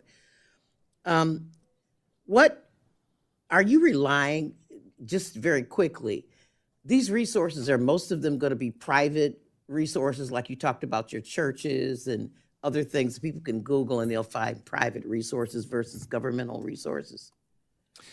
Yes. So in short, our network is built up of businesses and faith communities and individuals who, out of their own pockets, are providing resources and time for these youth and families who are in crisis. Well, thank you, Mr. Lewis. And I think that that's extremely important and helpful when we consider the things that Ms. Chu was talking about, Dr. Chu was talking about, because the Chafee program has been flat funded since 1999. Went from $140 million to $143 million. It would be $270 million modestly if it had kept pace with anything. And so when they put stuff in the Google, they Google services, they're not going to find very much in the way of governmental support. That being said, I just want to ask Mr. Elisco with regard to your services. One of the things that we have noted is just since the beginning of this administration, we've seen 200,000 employees who were the entire division of state systems, which was staffed by expert civil service servants who focused on ensuring that states had effective technology management services to manage child welfare programs. An entire division was eliminated. About 20,000 employees either fired or doged out or took to retirement. Closed 5 of the 10 HHS regional offices. Is your services, is it supplanting these services? How do you negotiate your services without the governmental? Are you replacing it? What would you do? Yeah, so I think you're referring to some of the cutting at ACF within the Department of Health and Human Services. They cut many of the regions that oversee state and county governments. A lot of the work that these The technology systems that were eliminated too. Right. So a lot of these technology upgrades that states are considering are looking at upgrades in a very monolithic way. Okay, but what I'm saying is, what would you do? I mean, now that they're not, are you replacing? Right. You would be replacing the public. Yeah, sorry. Yeah, I'll Because I got like 1 minute. Okay, yes. So legacy systems don't need to be replaced. So what I would recommend and what we do is sit on top of these legacy systems and add value to those existing systems, which does not require so much IT support. all of these jobs that were cut may not need to be replaced because technology like AI can help automate a lot of the Okay, so thank you. I got 59 seconds. So I need to talk to Mr. Leach here. And Dr. Jacobs, thank you for your verbiage regarding the sticky notes, because I think that's a very helpful way to discuss this. Mr. Leach, you have really made the point that the entire panel has made, that technology has to be in service of the vision, and that we need to transform the system rather than just tinkering around the system, around the edges of it. I have a bill, for example, one of the things the One Big Beautiful Bill did is that it cut out the ability for youth to receive SNAP, food stamps. That had been a provision and it was cut out in the One Big Beautiful. Developmental, you pointed out, developmental science tells us that you're really in adolescence until you're 26 or 27 years old. So requiring people to go to work, not giving them SNAP, how does this serve building those relationships as opposed to just enhancing the disruption as you try to negotiate your way to adulthood? Well, that it certainly will do that. It's going to create additional burden for our young people. Administrative paperwork churn, they're going to come on and off way more than because of the new rules. And so it does not help them as You they did not are. have an education at 18. You did not have advanced degree or technology. All of a sudden now you got to go to work with no skills because you haven't had the training. You can't get SNAP. You know, you can only work. And that's what I'm saying. Is this realistic for having a program where it focuses on kids aging out and becoming our future workforce? It will become a barrier whether there's technology or not. Whether there's technology or not. Right. Mr. Chairman, I want to thank you so much for your indulgence. I'm sorry I can't talk faster, but I'm working on it. Thank you, Ms. Moore, for your valuable questions And here thank today. all of you so much, Ms. Carr. I know that you're really proud of this young man, Dion, that you helped, but it wasn't technology that helped him, it was you. Thank you. Now recognize Mr. Moran of Texas. Thank you, Mr. Chairman. Before I get to my questions, I actually want to address something that was just mentioned about having no skills and not being able to work. I'll tell kids that are now in college that had no skills when they were teenagers, and I sent them to work, and they learned skills at work, and they continue to learn skills at work. And I think one of them is not. One of them is college age is not. And he is doing great on his own, but guess what? He learned skills at work at the age of 15 and 16, 17 by going and working in a warehouse and figuring out how to show up on time and be prepared and work hard and take directions from his supervisor. Those are the kind of skills that we need to build in our youth, regardless of whether or not they're in traditional families or foster families or adoptive families. They learn those skills at work. So there's nothing wrong with work. Let me go back to where we started today. I know that the hearing is meant to highlight the need for review and reform of the John Chafee foster care program, but I know it's designed to help current and former foster youth enter into adult life by empowering them through programs that help develop meaningful life skills, obtain housing, gain employment, all that. But really, I think what we're trying to do is figure out how do we best create a scenario where these kids can find their identity, their purpose, their belonging, and find the unconditional love in life. Those are the four things that I talk to my kids about that I know that they are looking for in this life. And foster kids are no different. They're looking for identity, purpose, belonging, and unconditional love. Every child within our foster care system should have those things presented to them and a pathway to find those things in life, even through the Chafee system. I want to start with you, Dr. Jacobs. You said, when you were asked what's the most important thing, you said we need to emphasize relational health above all else. That's goal number 6 of the Chafee program. And you've talked a little bit about that. How can AI and technology help build on our goal of increasing relational health? Appreciate that question. It does seem a little counterintuitive initially, but the way that AI and technology can help us achieve the goal of improving relational health is because technology and AI do the things that take time right now away from humans being human. If technology can take that burden, it allows caseworkers, foster parents, biological parents, and kin to actually have the time to be that human network that the children need, that youth need, after they go and they try and they fail and they try again and they fail and they try something else that didn't make sense, but they want to do it anyways. And they need to have humans that have the capacity to still be there for them. That's where technology and AI takes off that burden that would otherwise prevent humans from being human. Mr. Elisco, in your testimony, you noted that much of the data in child welfare is unstructured, spread across case notes, and difficult to analyze. A study by the American Academy of Pediatrics found that between fiscal years 2005 and 2019, more than 3.2 million foster youth up to the age of 16 had some form of disability. In 2021, nearly 40% of foster youth in Texas alone experienced more than 2 placement disruptions, affecting their ability to build relationships we were just talking about, and complete their education, information often buried in case notes. I'm concerned about foster youth with disabilities who may not be getting connected to programs that they need. How can Augintel's technology help caseworkers extract the information they need and piece together this unstructured data, such as identifying whether a child with a disability might need additional support? It's a wonderful question.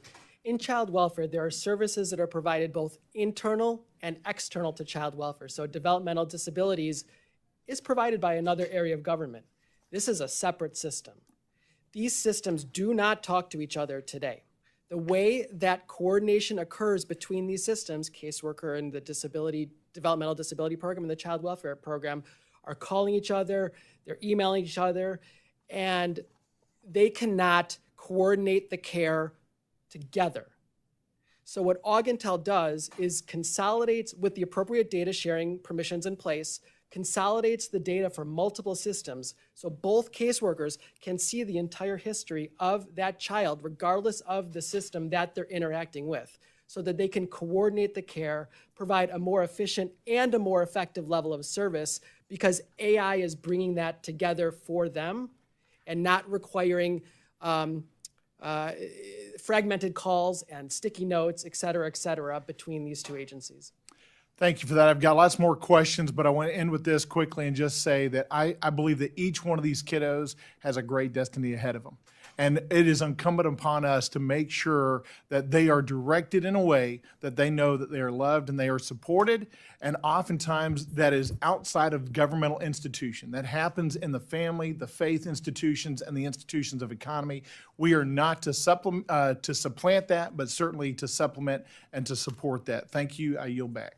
Thank you, Mr. Moran. Mr. Feenstra of Iowa, you're recognized. Thank you, Chairman LaHood, and thank you, Ranking Member Davis. I want to extend my gratitude and all the witnesses and what you wrote and your testimonies. They're so important for our children, for our foster children, and how we can continue to grow and help them. Iowa and across the country, caseworkers do an incredible job, but too often the technologies that work with them is really outdated. I know in Iowa we have outdated systems. A lot of states still use green screen systems. I mean, this is 1980s stuff. This is incredibly appalling. So I want to just talk about this a little bit. And Dr. Jacobs, I want to just ask you, first of all, there's this balance out here, and my good friend Congressman Moran just noted it, but I want to extrapolate it a little further, that technology is so important, but also data in is good, but it can be data out, it can be bad also, all right? Garbage in, garbage out, however. So these caseworkers, they have to put in good data, and they've got to extrapolate the data that's coming out. Do you see concerns about this, especially the time it takes and the relationships? I mean, where's the balance here? Thank you. That's a very insightful question. One of the things that we do think about a lot and put a lot of effort into is the training that goes with our tools. And by that, I don't mean training on how to actually use the software, how to draw a line, how to make a box.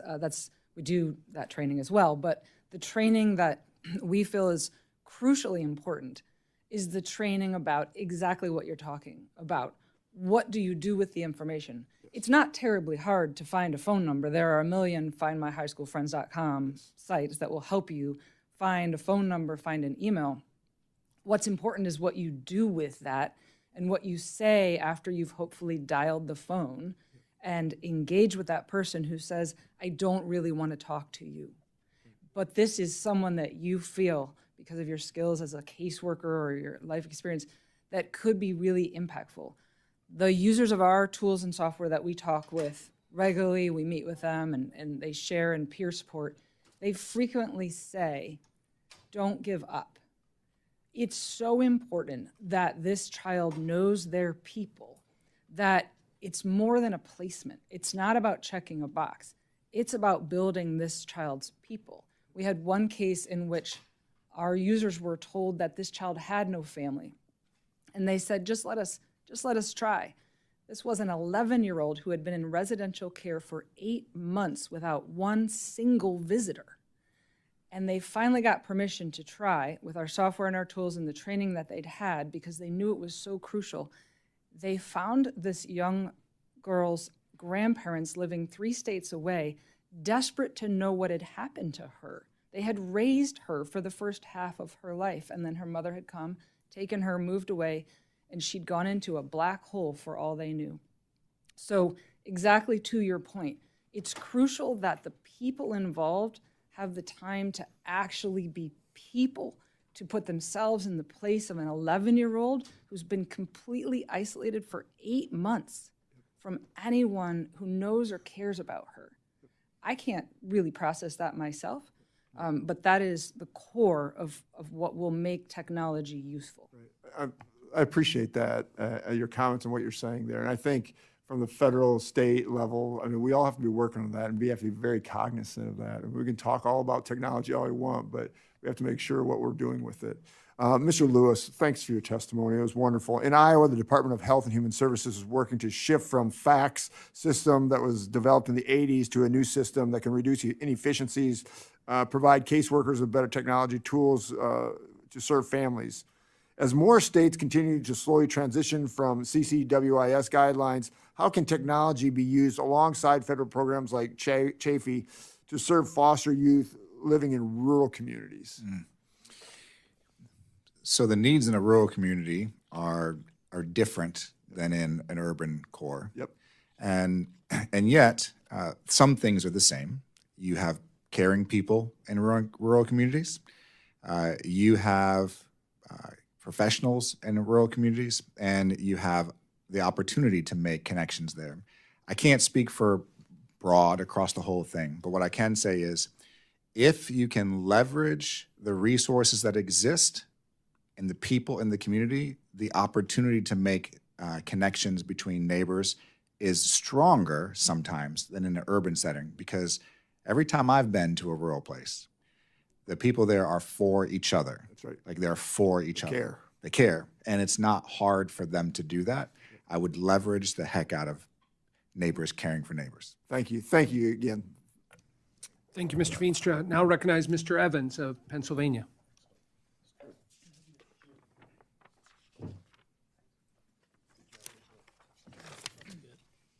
Thank you, Mr. Chairman. I have 3 quick questions, though you probably say nothing is quick here. But I'm trying to make it quick. Mr. Leach, I would like to start with you. How can we improve the system when half the regional offices are supposed to help states with these technologies have been closed? Yes, so I think the role of ACF is going to have to shift dramatically to a more support function than a compliance function, and that may be good for everybody. Let's reduce some regulation, let's reduce that focus on that, and let's start thinking about innovation and utilizing the partners in the community, vendors and other folks to help move these things along. We can't continue to stay stuck with the current child welfare regulations. We gotta just jump all that and move. I do want to add that, like, we're stuck with outdated systems because sometimes it's a 50-50 state federal match. Let's remind ourselves Medicaid's a 90-10. That's an easy fix, right? Homelessness, FYI vouchers, right? Can't use them if you're an extension of foster care. You got to choose one or the other. Why is HUD and ACF going against each other on that? Ridiculous, right? And then, Chafee, we can easily reduce regulations and reduce burden, administrative burden. Those are simple things we could do. We all just have to sit together with lived experience, bring it back down here, and we can really change this and shift all of this. Again, making sure that we continue to figure out that connection aspect of it. But we have a lot of work to do, but we have the right people. Ms. Carr, the big ugly bill made massive cuts in Medicare, which is the #1 source of health insurance for foster youth.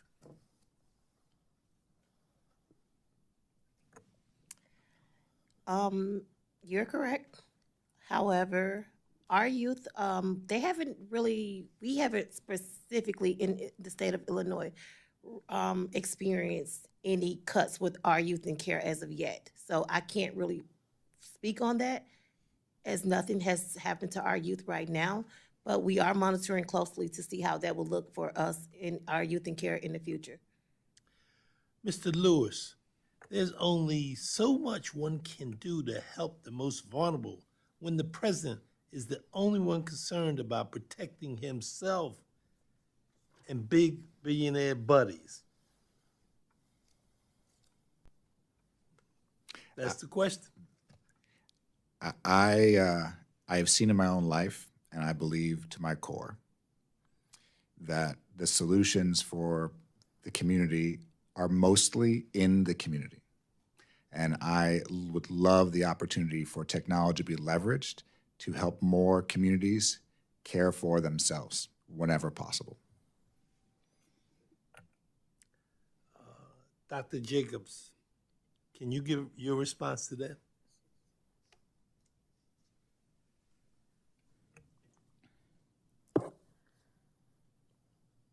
I've seen in my life, in my service in the military and in my service following that, in service to this country, that the solutions that we need as Americans are generally found among us Americans. And if we wait for someone else with more money and more power to solve our problems for us, we'll be waiting for a long time. We need to do this ourselves. We need individuals, communities, localities to dig in and work together, as Americans always have. We work with states, both red states and blue states.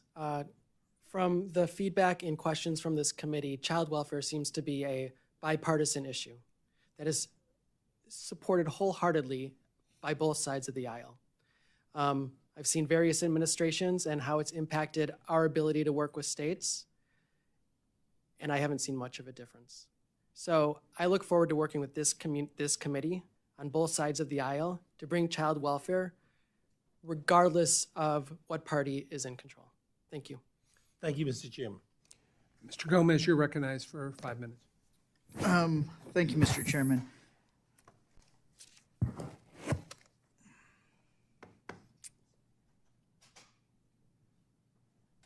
How do I put this?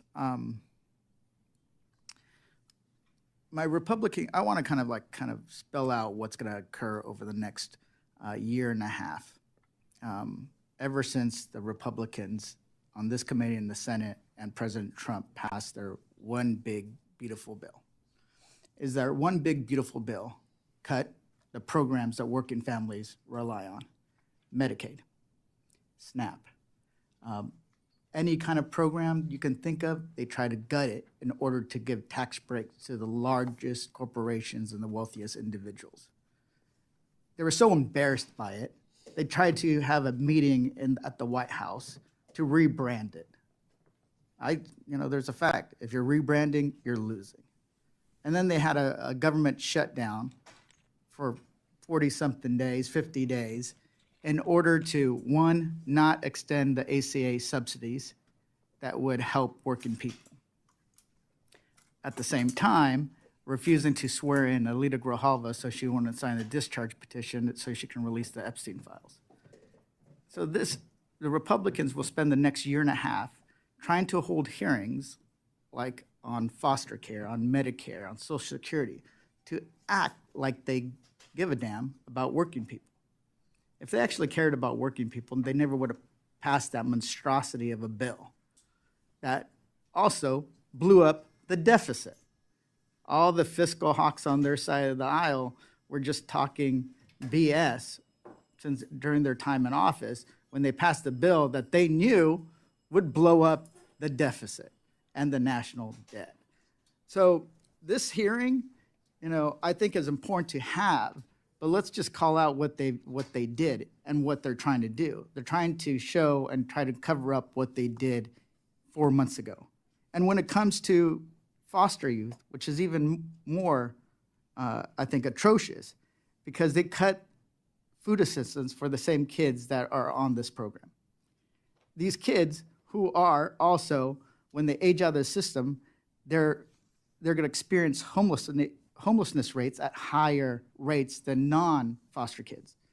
18 months after they're out of foster care, 40 to 50% of them will end up homeless. 3 to 4 times more likely to commit suicide. Like, the numbers are terrible, and we can all do a better job. But at the same time, they're making it harder and harder and harder for these kids to get on their feet.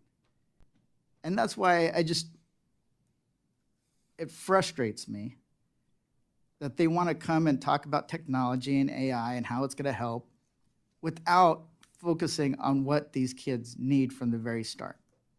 They need a stable home where they're not abused, right? Where they're given every chance to succeed. When they age out of foster care, they have a place to live. One of my community funding projects was to get money to help an organization that provides housing to kids that are being aged out of foster care and have nowhere to go. That will help.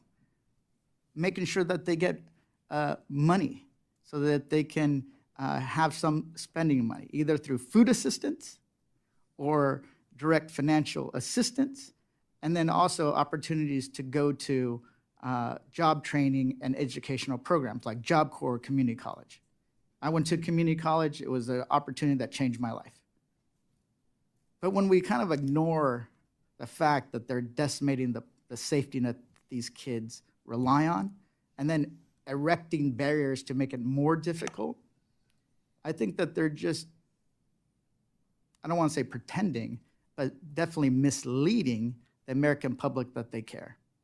So if they really care, they should work with us to undo some of the most atrocious parts of the One Big Beautiful Bill, including the cuts to SNAP, which amount to $200 billion, including the damage that they did to Medicaid. And I was also on Medicaid.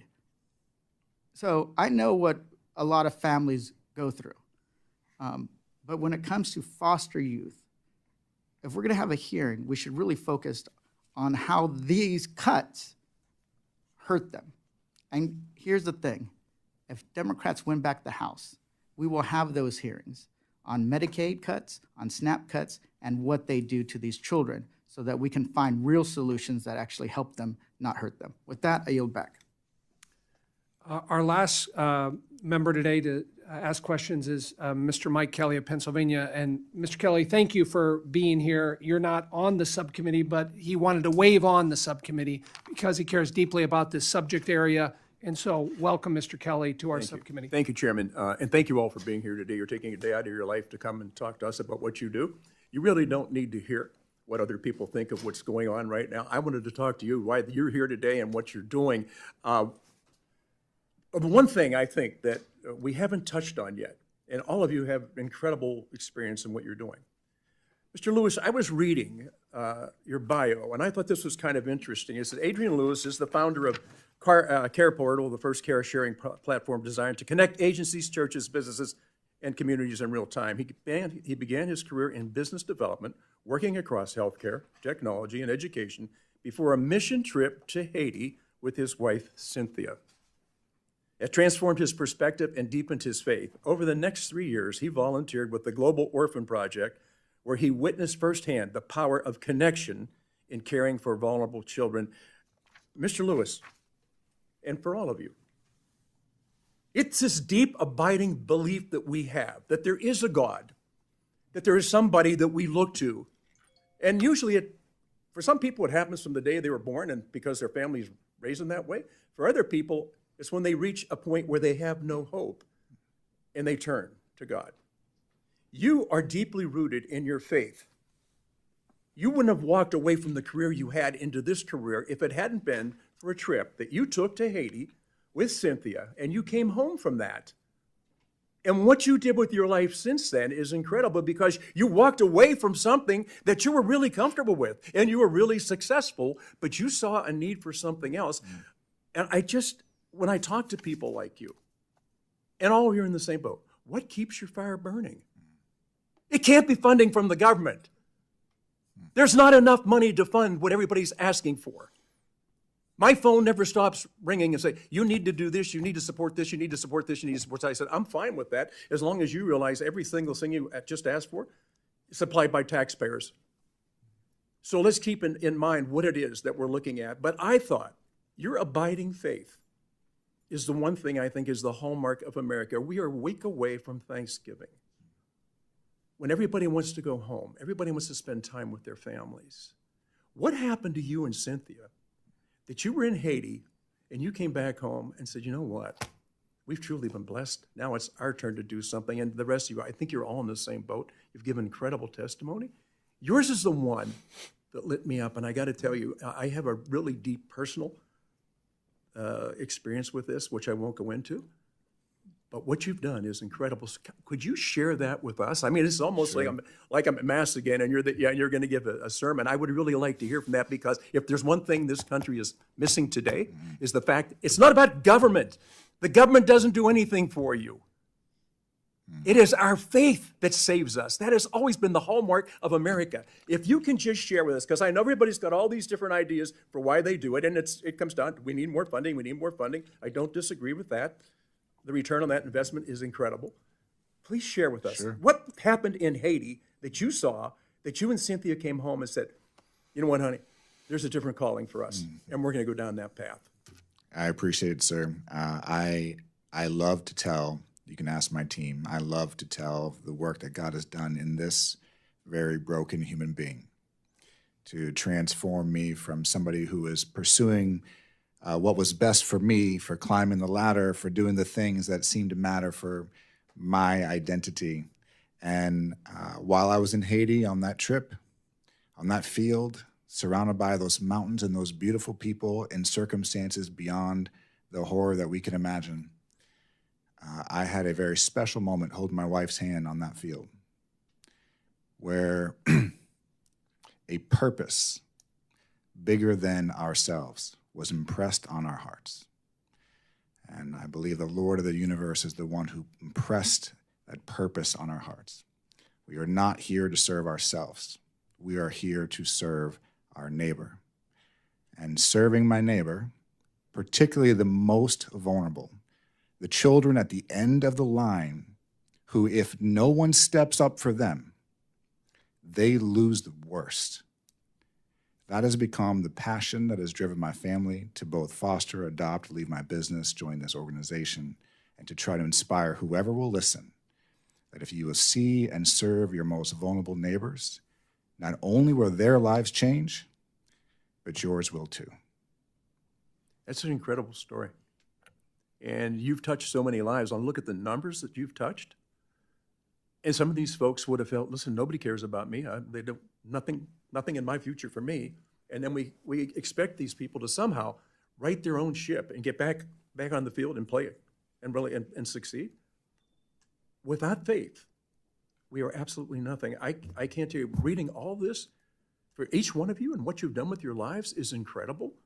You're walking away from things. You could probably do a lot of things different. You're very talented. You could do something, but you have this dedication. And that's what I think more than anything else, as we go towards the next week, if we want to give Thanksgiving, don't give Thanksgivings for the things that you have. Give Thanksgiving for the things that we've been given. And I got to tell you, sir, I was so impressed. I'd love to meet your wife someday. And I'd like to say, what the heck happened to you guys in Haiti? And all of a sudden, he He gets with you and you guys come home and you go in an altogether different direction. And the numbers that you have touched in that time, phenomenal, phenomenal. Thank you for what you're doing. God bless you. God bless you all for what you're doing. And listen, there's nothing more valuable to us than our youth. I mean, I was 1 of 5. My wife was 1 of 9. I don't know that you can do that today. Not because you're not physically capable, but there's a financial requirement there. This has been a great hearing. Thank you. Because once we get by the politics and we talk about people, which is really what it should be about, it's people like you, all of you. In your hearts, something changed.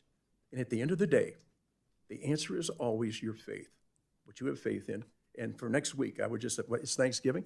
Let's just thank our Lord and Savior for putting this country in a position where we can help more people and do more good in the world than any country in history has ever done. Thank you all for being here. Mr. Kelly, thank you. What a great way to end our hearing today. I think I speak for all of the members of the subcommittee here today. This is one of the best panels I think we've had in a long time. And it was because of your knowledge and your insight and your professional judgments that you shared with us today. But getting back to the core of what we need to do as policymakers and with the jurisdiction of the subcommittee is figuring out how innovation and technology and modernization can help our foster care youth. And we gained a lot of insight today and a lot of knowledge from all of you. So we're grateful.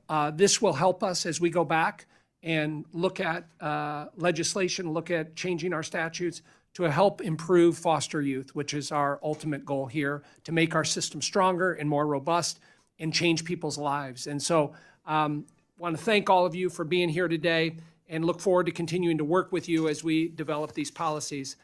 Please be advised that members have 2 weeks to submit written questions to be answered later in writing. Those questions and your answers will be made part of the formal record. With that, the committee stands adjourned. Thank you.